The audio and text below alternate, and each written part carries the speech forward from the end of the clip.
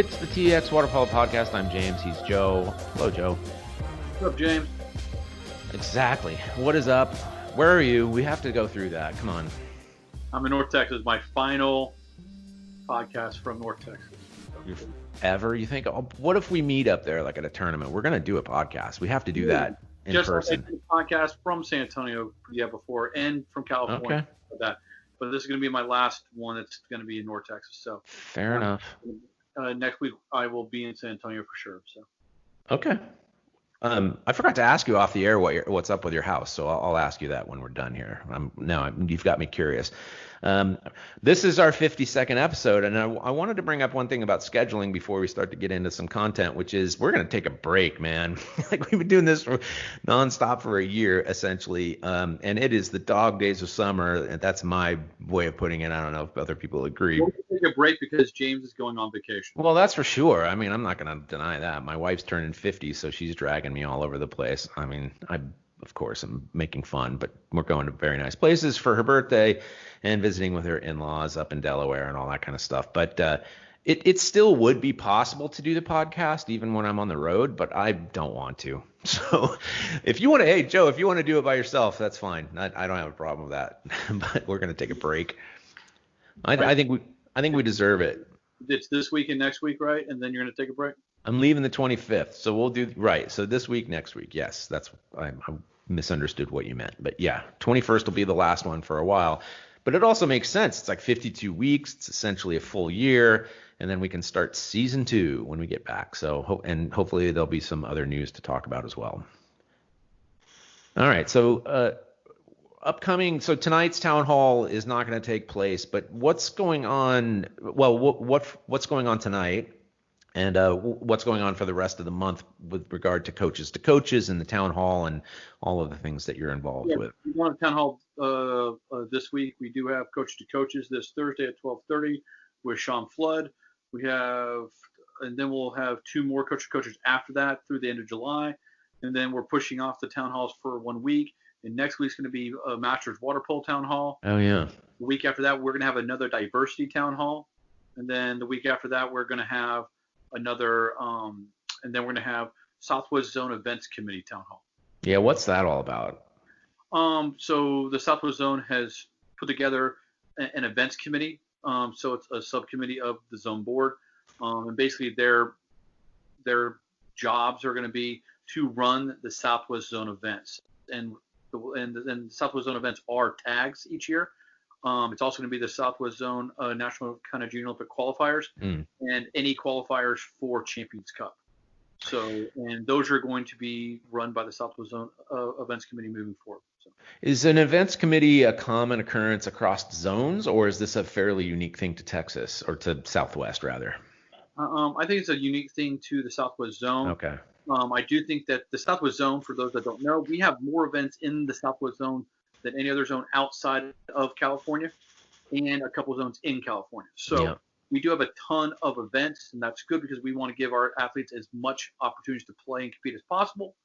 And because these events have gotten bigger, tags have gotten bigger, we're talking about doing tags like a tag kind of during the high school season in the fall. We're also talking about doing a tag spring. So the number of events that are run by the zone has gotten more and more. That now those duties are going to be split up amongst kind of 5 people. So okay, that makes sense, and geographically distributed and all of that as well. Yeah. Okay. Then the events committee is also going to be running the Southwest Zone calendar as well. Okay. So they'll be responsible for posting on the calendar and updating the calendar, and kind of working with the host to make sure that they have proper dates, and that is an easy way for us to stay kind of up to date, throughout the zone. And, and 2021 is going to be a much different year than any previous year. No kidding. And not even because of the pandemic. It's going to be different because of the high school season is going to be, because we're going to have 2 high school seasons in 2021. Right. Like the last, hopefully. Last season. Yes, hopefully. Yes, James, hopefully. So the spring 2021, and then the fall of the first kind of USL season in the fall of 2021. Right.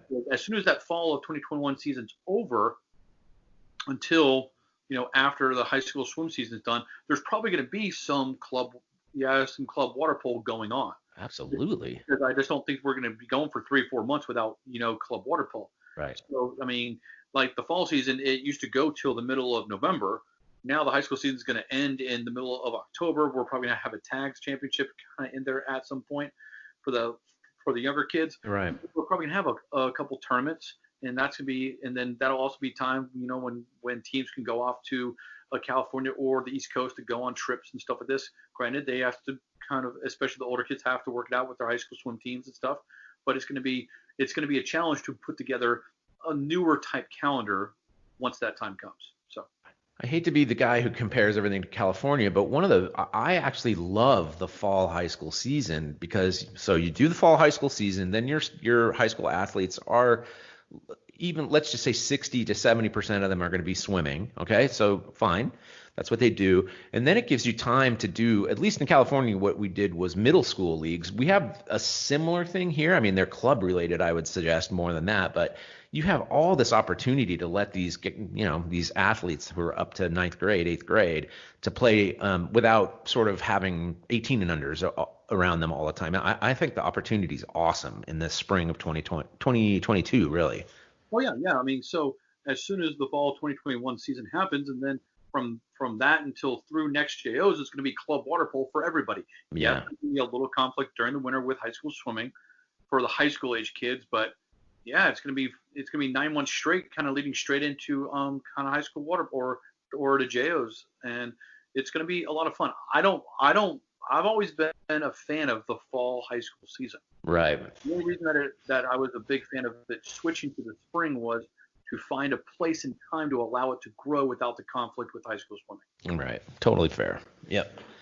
One of the other benefits, as we've talked about before, is that, again, some certain California teams were making noises about coming out here to play the high school season. That would be incredible. That would be really fun. Anyway. I think that's going to happen. I think it's going to open up. We're going to be able to have some big tournaments in November, December here. Yeah. So, and teams are going to be coming out here, whether it's high school teams or club teams. And it's just going to open up opportunities. Yep. I love it. Speaking of the calendar, a couple things taken off, and there's still stuff on there from that we thought was going to be on there. Is that right? So the calendar, the Dallas Summer Classic has been canceled, and the Zilla Beach tournament has been canceled as well. Yeah, bummer. It's not that they've been canceled because of lack of interest. It's just they're not going to be able to have facilities. Right. And just because of the current situation in Texas, that they just don't feel comfortable moving forward. Yeah. What is still on the calendar is the Welcome to Texas Shootout, which is still in San Antonio over Labor Day weekend. So I think that's the next kind of major kind of weekend tournament that's on the calendar. So we're going to do everything in our power to have that tournament. So. What do you know about is it a local facility issue more than anything? What I mean is that there are likely to be rules associated with how that competition takes place. Do we know anything about what that might look like in San Antonio? Not right now. I mean, okay. Yeah, there's going to be a lot of rules, and it's one of those things where is the local kind of environment going to let those type of competitions happen? Right. And then also, are teams going to be comfortable going to those events? Exactly. We can have a tournament, but if no teams want to go, then we can't have a tournament. Right. So we're going to do everything in our power to have that tournament. But then, kind of once we're there, yes, there's going to probably have to be social distancing guidelines. Right. It was a coach actually asked me, it's kind of curious, what are we going to do after games are over? I know, no shaking hands. Or is it just going to be waving? Is it just kind of doing a cheer? It's Premier League where they do the forearm bump, Or the kids on the bench. Yeah, exactly. They're sitting right next to one another. So are they do we need to put them in the water? But in the water behind the goal line, is that going to work? But then they're like 2 inches kind of from each other. Yeah. So it's an interesting. These are interesting topics that we will have answers for here kind of soon, and hopefully we'll be able to have that event. The whole thing is so weird because we've been practicing since May 18, and we've had and done a lot of work. Actually, it's been really productive. But we've never allowed for, with rare exceptions, we've never allowed people to get within 2 meters of one another in or out of the pool. And so the whole idea of playing water polo where, physical contact, right? It's just so foreign to me right now. I can't wait, but I'm also interested in how those rules will be interpreted. Yeah, it's going to be interesting. And the UIL this week is actually, they allowed their summer camp training to allow offense versus defense. So isn't that amazing? Yeah, I know.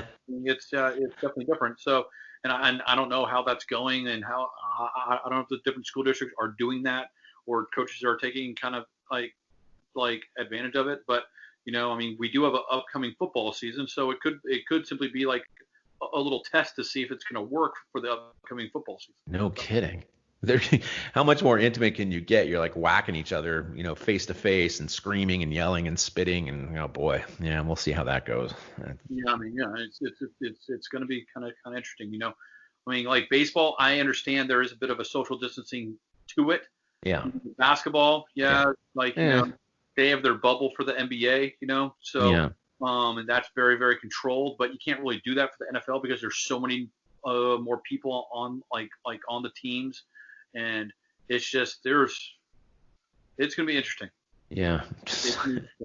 I'm very curious if we're going to have high school football this fall. I hope we do. I hope we do. I hope kids can go back to school. But I think that it's the responsibility of the leaderships in place to do what's going to be in the best interest of the athletes, their families, their coaches, their staff, the teachers, and just be responsible. So. Yeah. All right. Well, we'll come back with a little bit more. All of TX Water Polo is brought to you advertising free, and we'd like to keep it that way. So we're asking for your help. Show your support by going to TXWaterpolo.com/give so we can keep covering the sport we love in the Lone Star State.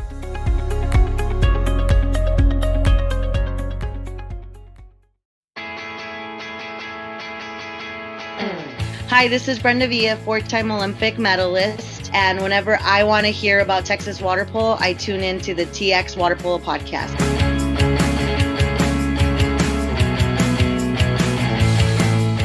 James and Joe back with you. Hey, Joe, you were on a podcast last week in Missouri. And in case anybody, I think we linked to it. Actually, we did. We posted it on the website, so go check that out. But, Mike, you didn't even mention our podcast once. Come on, man. Yeah, it's my first time on a different podcast. I will learn and not do it next time. I will be sure to say something next time. It's the equivalent of showing up to like an ESPN interview wearing a TXWP polo shirt or something like that. You have to actually just sneak it in there. Like, hey, you guys, this podcast is pretty good, but I don't know if you've heard our podcast. It's pretty good too, and then, just throw it in there like casually. Okay. You're going to be a common podcast guest coming up here, so just make sure that you're looking out for number one. You know what I'm saying? All right. New news, and actually I have something to do with it. It's ODP. We hired a couple new coaches, which has been really fun. Caitlin Kelly is joining us on the men's youth side.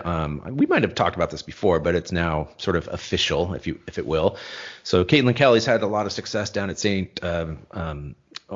Agnes. Goodness gracious. Yeah, I was so used to St. Mary's. Yeah. My daughter's name. What's that? Yeah.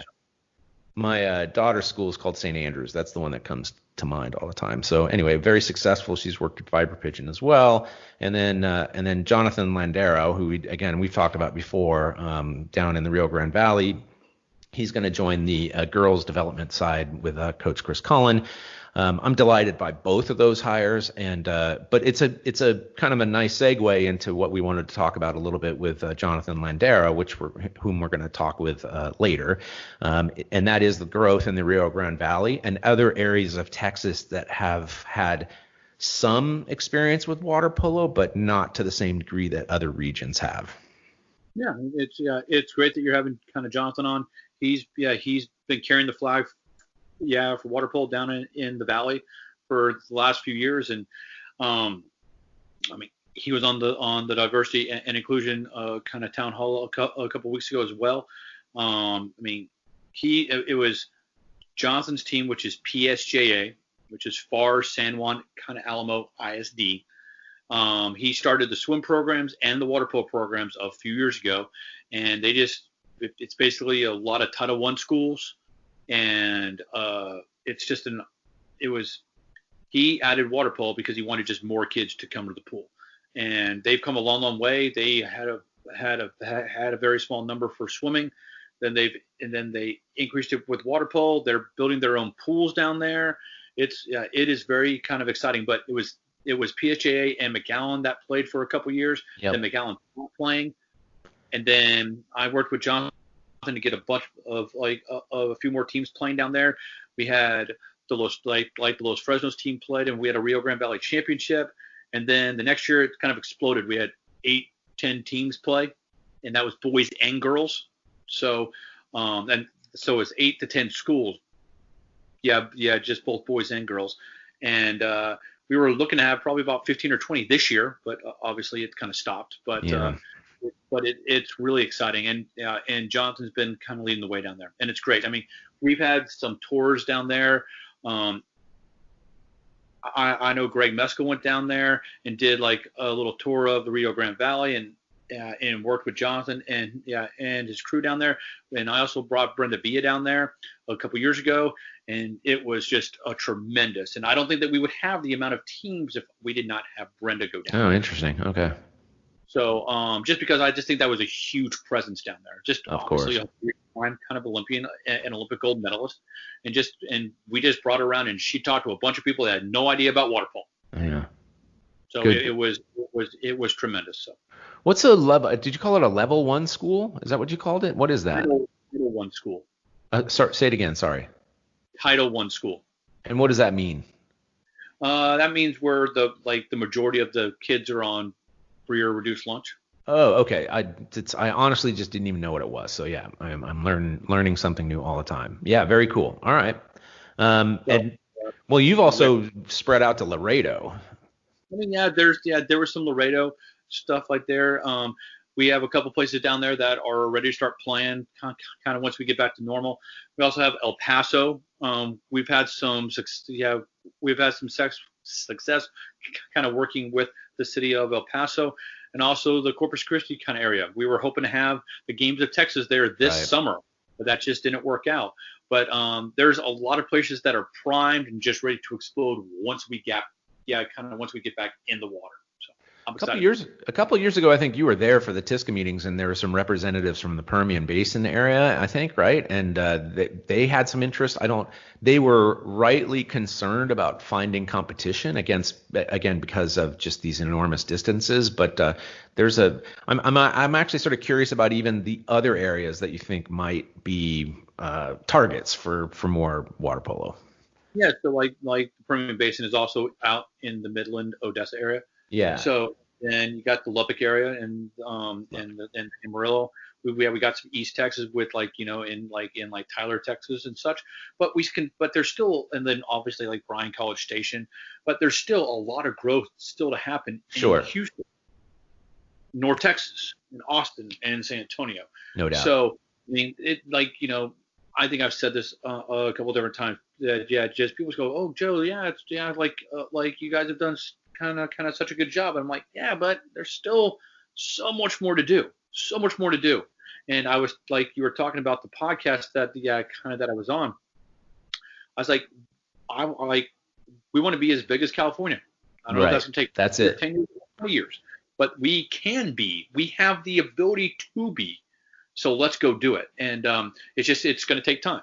And then another thing we talked about there is as far as the competition is concerned, is you can't just have one school start in the middle of nowhere.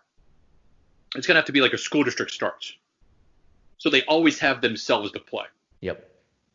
And then they can always go out. So they might have to play themselves multiple times the first year. But then they get the neighboring school district to play the next year, the neighboring school district to play after that.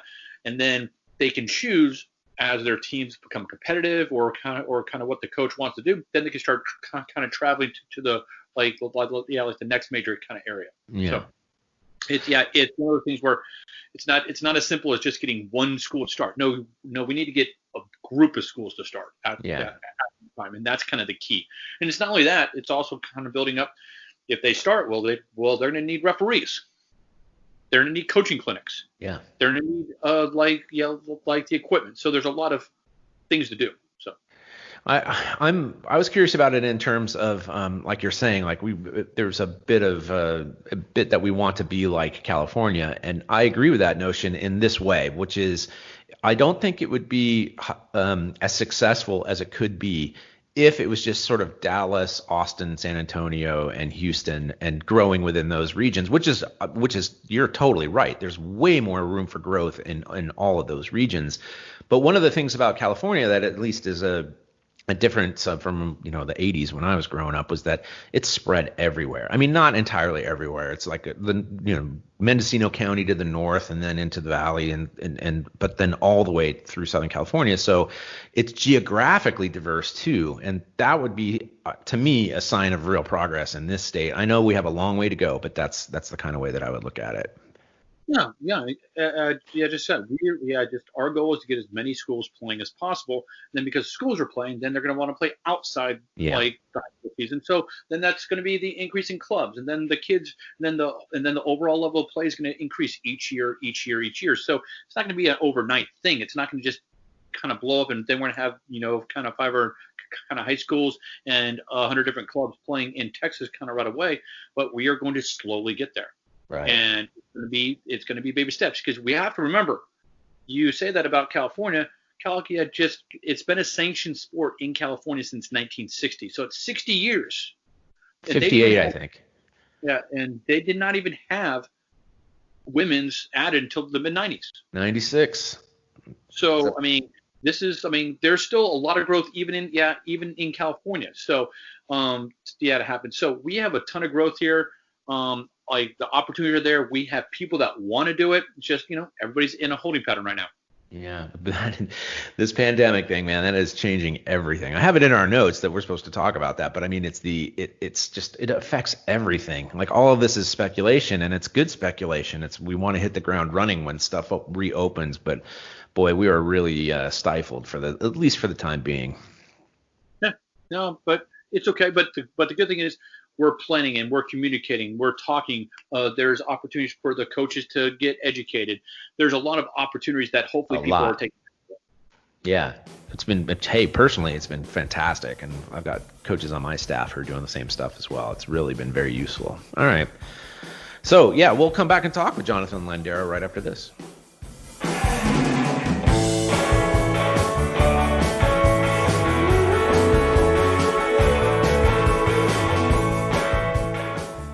Hi, this is Natalie Benson, and you are listening to a podcast about water polo in Texas.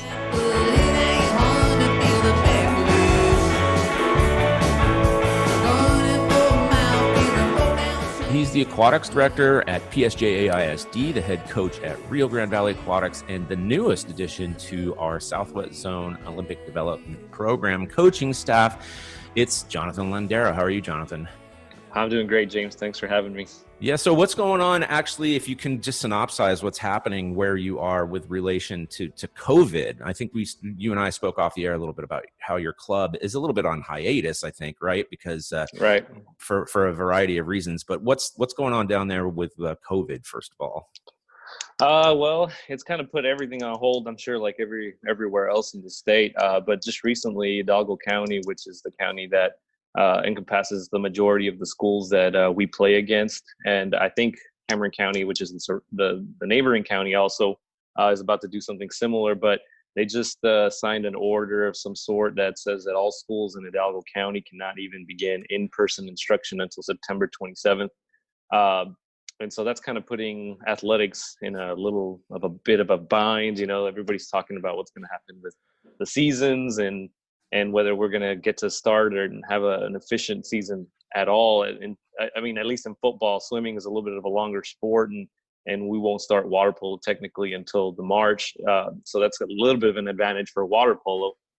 But yeah, it's very uncertain, and it's something that needed to be done because we're considered a hotspot now. Cases are soaring here, and so they just want to take proper precautions so that we can enjoy normal life later, quicker.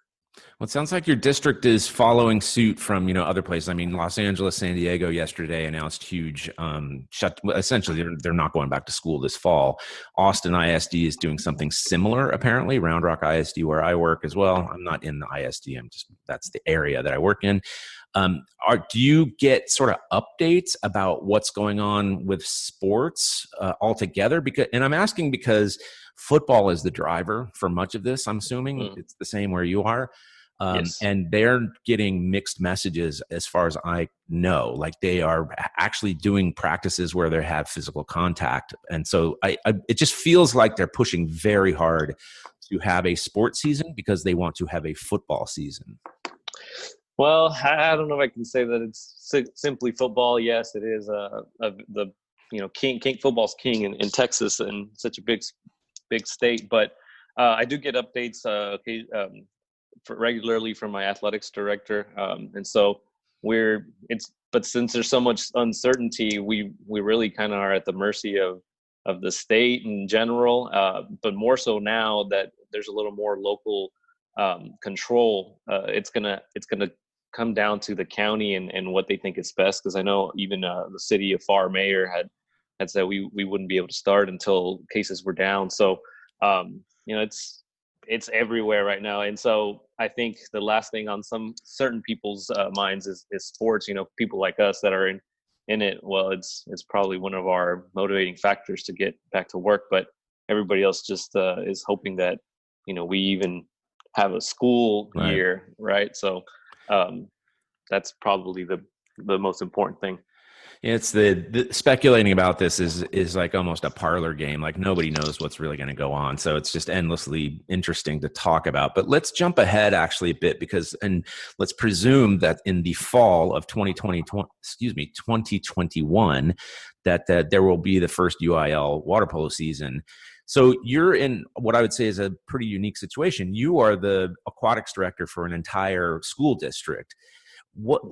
How do you foresee that your area will enter the high school water polo scene as a UIL member? So I'm meaning that there are lots of high schools in your area. Right. Well, I think definitely we'll be a dominant district in general because we've been doing it for a little bit longer and we've employed some programs that are unique. And I don't know if they exist in many other districts, but I think we'll be a major player in the area. We have been so far, and for the longest time, we were the only player in the area. And so it's been exciting to see other school districts come on board. And but I definitely see us as a leader in aquatics, not just in water polo, but in general. And water polo for sure is going to be, I think, going to be something that PSJA will be known for a while. Which schools? So let people know exactly the schools that you think are going to field teams in the fall of 2021. Well, it looks like our major schools. I think we will field all teams on all four schools, which is Far San Juan Alamo ISD Early College. Well, Far San Juan Alamo Early College High School. That's the first school of the ISD, and then they added on PSJA North Early College High School, and then PSJA Memorial Early College High School, and then PSJA Southwest Early College High School. So PSJA North and PSJA Southwest are in Far. PSJA High is in San Juan, and then PSJA Memorial is in Alamo. So it's a tri-city area, 3 towns that encompass the whole district. Got it. And I know that a couple of them have already played. They've already been members of the Tisca West region in the past, and so this is Southwest in particular. I remember from a couple of years ago, and have so anyway, they're all queued up to go in 2021. It's curious to me because I admit I've never been down there. And by the way, there are plans for that to change, and so I'll meet you down there at some point. You'll know first. I'll have some tacos ready for you, man. Okay. Yeah. That's the last thing I need is delicious tacos. Yeah. So that's going to happen. But I'm obviously fascinated by the area and that you've been a bit of the Pied Piper down there getting things up and running. So how did you get started in aquatics? Well, in aquatics, I didn't get started until my freshman year in high school, actually. But as a swimmer, and that's because I got hurt in football. And, I was 5'6", 120 pounds, and I thought I was going to go to the NFL, right? So it's like a lot of kids in the Valley, actually. But but I got hurt, and so the doctor said I couldn't do contact sports for Wow. a year or two, and suggested that I get into swimming because it would actually strengthen my back, which is what I heard. And it was a very small team. It was like 5 of us, and I got into it, and from there on, I was more of a team sport guy, so I wasn't quickly turned on to swimming, but it's something that I kind of excelled on, so I stuck with it. And then from then on, I went on to actually got a partial scholarship to swim in college, and that's how I kind of came into contact with water polo, because Lindenwood University in St. Charles had a big push for club water polo, and so that's how I came into contact with it. My stay at Lindenwood wasn't very long. I came up with some financial hardships through family stuff, and so I ended up coming back to Texas and finishing off at Texas State, where they also kind of had a club. And I got into some different things, and I was kind of sick of aquatics, doing aquatics for a while, so I didn't pursue it a whole lot. But that was my association with swimming and water polo in general. But when I learned about water polo, it was a game changer, because I was really into team sports, and I was pretty into swimming, and so it just kind of blew my mind. When you were at Lindenwood, was that a student coached team then? Because since then they had hired, some fairly well-known St. Louis area coaches to coach. I don't know what the status was when you were there. I didn't participate in it, so mm-hmm. I don't remember exactly what it was, but you were exposed to it.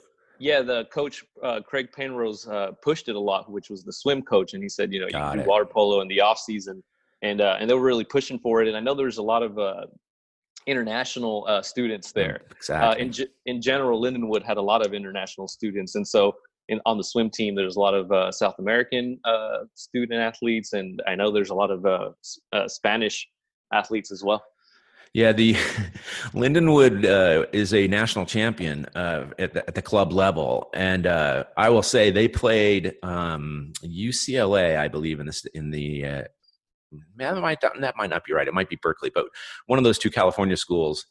And I will editorialize. It was one of the worst water polo games I've ever seen. Now, they were highly talented. They had a bunch of Spanish guys. They had some Eastern Europeans as well. And they were quite physical and so on. But, oh, man, the quality of that game was terrible. I mean, anyway, but Lindenwood has been hugely successful and has been in water polo circles. It's, one of these places. It's like, why does this not have a varsity program? So anyway, we'll right down the road what's going on. So that's how you got into water polo. You came back to the Rio Grande Valley in general. Did you have an aim to grow water polo specifically, or was it just a matter of sort of happenstance? No, I've wanted to do water polo since I was in college in general. And I knew that once I got an opportunity that I would get to do it. And so when I came back to the Valley, and I got the job at Far San Juan Alamo, I saw it as an opportunity because they had never had a program to begin, like a swimming program to begin with. I think they had one in the 80s for like a year or two, and then it got shut down pretty quickly. But essentially it was non-existent. And PSJA, is also a lower socioeconomic area as well. And so I saw an opportunity that once I got swimming going, that I could, stick water polo with it, since it was brand new. Might as well do it all at once. And so, you snuck it in there. I snuck it in. So even our first year, I asked my athletic director, and he was like, "Let's just get our feet wet with swimming first." And I took what I could, but we ended up just playing with a volleyball and some soccer nets in the water to get the kids going. And it was a breath of fresh air for them, because swimming could be monotonous. And so, it was still the first year that it even happened. We only had about 10 kids, 12 kids, something like that from the entire school district, 4 high schools, which were, I think, 2 6A or 3 6A at the time and 1 5A. And so our numbers were pretty low, but once I got them going with that water polo, things started kind of picking up. Yeah, to me, it's been nothing but a success story, really. And only fair to say, maybe the 7 years, in the last 7 years or so, something like that. And I don't know if you had a chance to listen to my conversation with Brenda Villa, But we obviously have spoken about, and she visited there, I think, in 2017. And apparently she was quite a driver toward growing the sport down there. I don't know if that's true. You can tell me if that's wrong. I'm curious about whether you spoke specifically about people talk about importing the commerce model. And she and I spoke about that because I'm not certain that you can airdrop, a specific model, but that you can follow certain themes that were successful in commerce. And I'm just curious about whether you think, how do you think that might help somebody like her, coming in and talking to you guys in your area, or is it something that you're just going to do on your own? No. I'm trying to get as many resources as I possibly can. I had heard of Brenda Villa when I was doing water polo, but like I said, I was never like 100% in the sport. I wasn't even really exposed to it until I was like in my 20s. So I had heard of Brenda Villa, but I had never really understood or known about the commerce model. But simultaneously, while I was learning about commerce, we were already doing a lot of what commerce was doing to begin with. And so like what? Well, the Bar San Juan Alamo provides a lot of services to the community in general at pretty much no cost. We have after school sports, and when we first started, we didn't have these programs, but about 3 years ago, right after actually the year that Brenda Villa came to visit us, we had just started our 6th grade program. And the only reason we don't offer for younger kids is because we just don't have the school space. But 6th graders at our school district could take an intro to aquatics class where they learn about swimming, diving, and water polo. And so kids that can't join the class for whatever reason, scheduling services, conflicts or just other tutoring services that they can't do, we actually provide they can come after school for free and catch up on what they didn't catch up in that class. And so we see it as very valuable. But the only reason we don't have more programs is just because we're kind of in a tight situation with how we could provide services with our swimming pool. And that's because we're in a 50-50 partnership with the city of FAR, and it's technically a HUD facility. So there are very strict regulations as to what you could do in terms of club and those sort of things. And so, can you share a couple of those restrictions? I'm curious about what they might be. Well, as far as I understand, it's supposed to be that we can't have organized sports unless it's provided at a very low cost or something of that sort. And so we're now trying to figure that out. And so since we have very limited pool time, 50% of the time, 50% of the time belongs to the school district, and then 50% of the time technically belongs to the city. We still, it's the way the hours work just don't allow for all the programs that we want to create. And so as we're prioritizing at the moment, and so things that have to do directly with our school curriculum are going to take precedence over clubs and swim lessons and things of that sort until we can have enough pool time. Okay, well that at least it shares a little bit with commerce, and I don't want to dwell on comparisons between these two, but one thing that she mentioned that was new to me, which I didn't know because I grew up playing against those guys from commerce, was that it was, like you said, it was a community program that was intended to basically provide free or very low cost things to do for a bunch of kids. And so that's what so it wasn't just water polo, it was basketball and other sports as well. And it sounds to me like you're doing something similar at least, and you have a pretty tight-knit community from conversations you and I have had in the past as well, right? Right. Yeah, the city of FAR actually provides a lot of low-cost programs. It's very, very cheap. I think it's like $30 for a season in all sports. And so we're trying to work with them in reproducing some of those things so that they can provide water polo, because the school district is limited in what we could provide as an organized sport. And so I don't know if that probably didn't come clear when I was talking about strict regulations, but the city of FAR can provide those things. It's just the school district not necessarily provide those things. So it's just that city of FAR and PSJA sometimes are used interchangeable, and they gotta, some people don't understand that it's two different entities. Well, and then it's curious, so like, how does your club fit into that dynamic if it does? Right. Well, we're in the process of building 3 pools, so that's not going to be an issue anymore, because we won't have to necessarily work out of the current facility that we're working out of. So we're in the process of building 2 pools at 2 of the high schools, which is PSJA Memorial in Alamo and then PSJA High in San Juan. And those are going to be 25-yard by 25-meter pools with a separate instructional pool, locker rooms, little weight room, and everything. So it's a pretty nice setup. And then with the city of FAR, we're in the process of building a 50-meter natatorium, which is actually the exact same layout as the UT Austin pool. The only difference is that I think we're only going to offer about 1,000 spectator seatings, as opposed to, I think, UT Austin has like 1,800, I believe. And so we'll have less seating, but it's almost essentially the same pool. And there's talks of partnerships with the UTRGV here.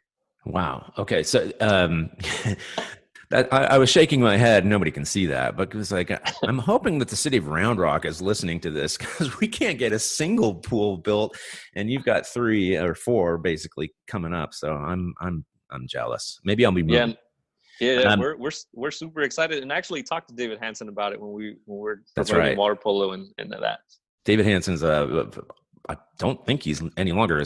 I coached his son, and he's now graduated, but he was a member of the board of the Round Rock High School Water Polo Boosters. Yeah, so he and an attorney, so he sort of is interested in growth of the pool in Round Rock in particular. Helped put that on the ballot. But that's a little too inside baseball. That's just my own personal problem. So let's move on, because you were a part of the diversity panel that was hosted by USA Water Polo. Oh gosh, feels like a lifetime ago. I mean, things are flying by so much. And I thought you said some really interesting things, because it was a pretty wide-ranging conversation. I'm wondering, given what's going on everywhere, if you have sort of general thoughts about what role sports and what role water polo can play in making things change, or even just about what is it that you would want to share about how the sport can grow in the state of Texas. And that means all communities, not just Hispanic ones, but just everywhere. If you have an opinion on this. Yeah. Well, I think sports are going to be it's going to be very interesting to see how it plays out. First of all, with COVID, right? And what's going to happen in the future if we have to get a vaccine or whatever it is that they're talking about, so that we can go back to normal. And but I think that during this Corona time, where this Black Lives Matter movement really kind of took off, it's opened up the door for a lot of conversations, right? And that, I think that was kind of the catalyst for this podcast, or the diversity panel that we had not too long ago. And it was very interesting to hear, because I had never even really thought about organizations that promote aquatics in minority communities, right? And so I looked it up and previously to our podcast, but I looked it up and I saw that there was essentially no organizations that kind of cater to the Hispanic or the Latinx community. And so I feel like this movement is going to help grow the sport of water polo in Texas in general, inadvertently, because it's going to be more inclusive, right? I think part of the barriers that exist in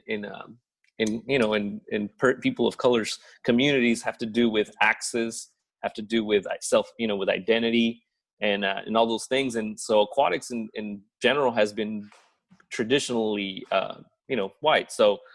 So I think the fact that it's going to be more inclusive is going to help grow the sport inadvertently, right? It's not necessarily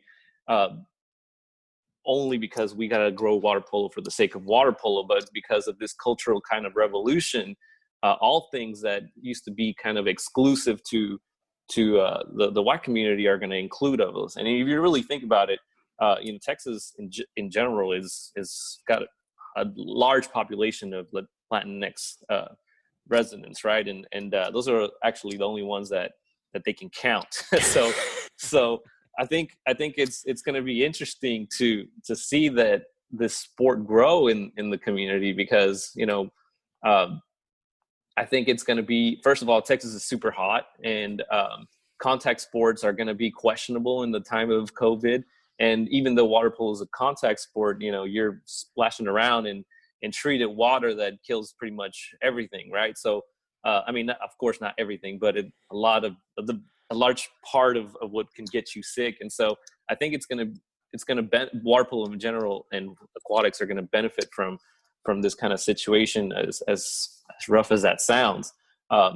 But I think just being inclusive of the population will really help it grow, because if people feel like they're welcomed in a sport that is interesting, but maybe not for you because you don't match the demographics of the traditional demographics of the sport, it'll definitely grow organically, I feel. Yeah, you and I have had a relationship for a while, meaning that I was the zone chair it's not the zone chair, but the West Region chair for a while, and also head coach at Round Rock, where we were hosting or regional championships and such. And you conveyed to me at one point, I don't know if this is something that you wanted to share, but something that was, I feel a lot of times that I'm pretty clueless about this stuff. I just feel like people in general are, generally speaking, pretty fair, but apparently, during games that you were playing and succeeding when you were coming up to Round Rock, people were saying things that were just not very kind and, that were sort of racially specific or ethnically specific. And so you opened my eyes to that a little bit. And I got mad because I didn't even think about it, but then if we had hosted it the next year, then it would have been really clear that we would have started booting people out of our facility for that kind of thing. So you opened my eyes about that, but that's does not sound to me like that was a unique experience for you and your team. And it doesn't. Yeah, just tell me more about that. Yeah, no, it actually happened often whenever we'd go to any tournament outside of the valley. I mean, we never had tournaments down here, so we would fundraise and beg and plead with the athletic director to let us go to these tournaments, right? And so we would work really hard to get up there, and then we would face some of these things. And initially, it was kind of a shock for some of them because Valley is its own little microcosm. We're probably 99.9% Hispanic, so they don't experience racism the way other people experience it until they get out, right? And some of these kids never get out of their hometown. I was just talking to one of my former players that is now becoming a water polo ref, that he told me, I had never even been out of our town until you took us on that water polo tournament to Round Rock. And, it really affirmed the reasons why I was down here and the things that I was doing. And so when we would go to these tournaments, we'd always get these, little snarky comments about, oh, look, did you guys have to swim to get here across the border? We'd hear like, oh, you guys speak Mexican? And we're like, well, Mexican is a nationality, not a language, right? And so, even our darker colored guys, one of them got called the N-word during one of the games. And so it was just like a lot of them were just kind of shocked, like, whoa, I've never seen this before. We used it as fuel, right? For fire and whatnot. But it was definitely eye-opening, and I feel like it was a good teaching moment for them because it taught them resilience. Some of them kind of, they took it hard and didn't know how to handle it, and some of them took it and kept moving forward. But resilience was kind of the theme, and it was a motivating factor for them, right? Because we couldn't play really that many teams outside of Mac High down here. And so whenever we'd go up and play against other teams, it was just like, whoa, what's going on? Like, this is really difficult, right? And anytime that things, water polo is an aggressive sport. So sometimes things get a little, you get a little chippy or whatever. Yep.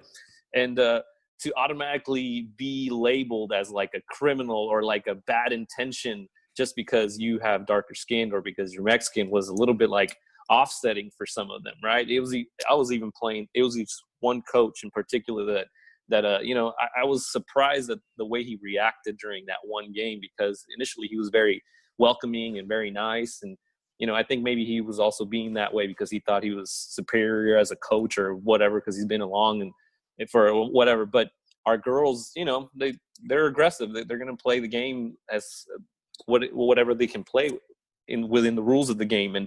And for him to be calling them, oh, what they're doing is a crime, these girls are criminals, it kind of like threw me off. Like, I could expect it from the fans. I could even possibly expected from the athletes when they get upset. But to hear it from another coach that is trying to supposedly grow the sport and be inclusive and whatever was kind of like, whoa, this is going beyond what I thought was just going to be like simple discrimination. And so that was really eye-opening, and it also motivated me to really push the Valley to grow the sport as well, because not only do we get to play more often and not have to travel out of here, right? But the higher the competition gets down here, the better we're going to get. And the better we're going to get, the better we're going to be competitive, or the more competitive we're going to be when we get out of the Valley. So. And well, you talked about how it was educational for your team, but I am absolutely certain it was educational for teams that are very insular up in our area as well. And as your club, I'm assuming, will expand at some point, you'll be playing in different places around the state. And so anyway, that's heartening to me. Like the resilience message is, one that I admire a great deal. And given that, and then given also just these unacceptable things that you experience, it's going to be good for other teams in this state and hopefully elsewhere to experience something that, they haven't actually seen much before. I think it's nothing but good for the sport. Yeah, for sure. I mean, it was kind of unfortunate to face, but I feel like it's part of the growth and have no regrets about it or anything. And I wouldn't want to shelter my athletes from any of it, because it's necessary for growth on both ends of the spectrum. I hope, by the way, that coach was not me that you're talking about. So No, I don't think it was. I wanted to start a conflict with you. You actually provided my Round Rock boys with one of the most disappointing coaching experience that I ever had, because you showed up and you had a system in place. Like it was very clear that some of your athletes might be sort of like a little less advanced in terms of, let's say, swimming, something like that. And so you set up this offense that frustrated the out of my team. And I thought that team that I had at Round Rock was pretty good, and their coach failed them, because I just didn't react to your crazy offense that had not been seen, and we ended up in a 10-10 tie. So yeah, we will have a conflict about that for the rest of our lives. That made me realize my shortcomings as a coach for sure. Well, and I remember that game specifically because I was really upset that we didn't get the win, because you actually set up your offense on the last 3 seconds of the game, because we were up 10-9, and you set it up in a way that, we're still pretty new, so the kids didn't know how to react to your set plays, and that ball just kind of rolled into the goal. It wasn't even like a good shot. It got I think it got blocked along the way, and it just kind of rolled right in. Man, I think we had 4 seconds left after that, and we just didn't, and we missed the shot or something like that. I can't remember, but it was a really exciting game. Well, I'm glad that worked, because that's the exact play that I called, was to have it roll over the line very, very slowly. So shows you my genius of coaching. Well, it was such a memorable thing, because, of course, I wanted to win that game. No, neither one of us wanted to lose that game. But it is memorable because it was so cool to have this team come up and just show us something completely different. And it's really fun, because I've been around the game for quite a while and at fairly high levels, is that when coaches can be creative in order to take advantage of their strengths and sometimes hide their weaknesses, it's really fun to watch. So I learned a lot from that, but I still, I'm still mad. We can rematch anytime. I know, someday. If I ever coach in high school again, I would absolutely do that. Yeah. Yeah, that was fun. That was fun. Well, Jonathan, I do very much appreciate your time, and we'll talk to you again soon. All right, James, thanks for having us. Okay, that was a conversation with Jonathan Landero from the Rio Grande Valley. A couple other things just to talk about before we get out of here. What's on your calendar, Joe? Yeah, we got the Texas Coaches to Coaches this upcoming Thursday at 12:30 with Sean Flood. Then next week we will resume the town hall meetings on Tuesdays at 6:30. Then, of course, the Coaches to Coaches at 12:30 through the end of the month. So. And what else, Joe? What are you doing yourself? Oh, well, I'm also on the Spin Lob podcast for next week. How is it that you get all those gigs? How does that work? I guess I'm the analyst, James. Mr. Personality, you know? Yeah. And you're just the play-by-play guy. So sorry. I'm 2 podcasts behind you now, man. Like, although we both spoke with Mescal back in the what was that called? The Spin Lob 2? No, Skip Shot. Anyway. All right. Well, good. Yeah. And once again, make sure that you mention the show when you're on there. Okay. All right. Thank you, Joe. And good luck with your move once again. All right. Yeah, sounds good. I'll talk to you from San Antonio next week. Okay. One more week. Thanks again to Jonathan Landero.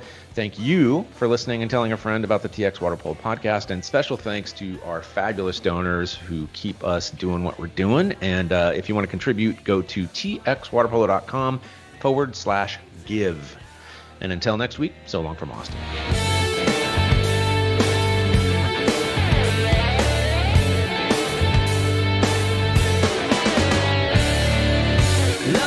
Inside an open eye, believe in the horizon of a better place.